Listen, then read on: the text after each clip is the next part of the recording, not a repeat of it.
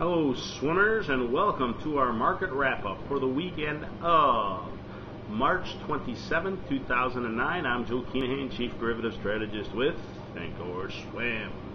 Well, the Dow Jones Industrial Average takes it on the chin on Friday, down almost 150. Let's call it down 148 points. Bit of a sell-off. We saw it all morning long. It was kind of a funny day, though. We had one, when I say all morning long, I mean we saw it before the opening. We sold off on the opening. S&P's closed down 11 and a quarter at 816. They traded on the low down to 809 and a half.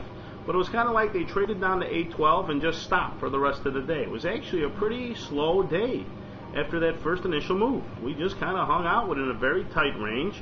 The VIX was up 68 cents on the day. I don't think the VIX moved more than a few cents after that first move of the day. It closed at 41.04. Tie was 40.36. But really, the VIX was between 40.80 and 41.15. It seemed like the entire day. There just wasn't a whole lot going on again after that first initial move. And the Dow, it was as you would expect. It was not a pretty day.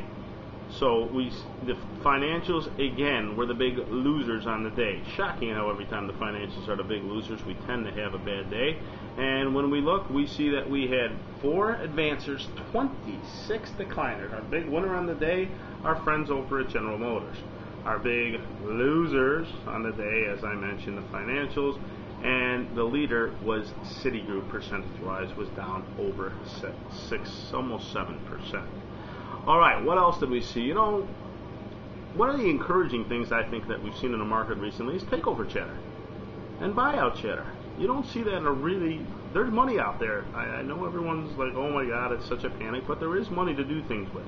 And where we're seeing this is Expedia, our friends, Expedia.com. You all know the commercial.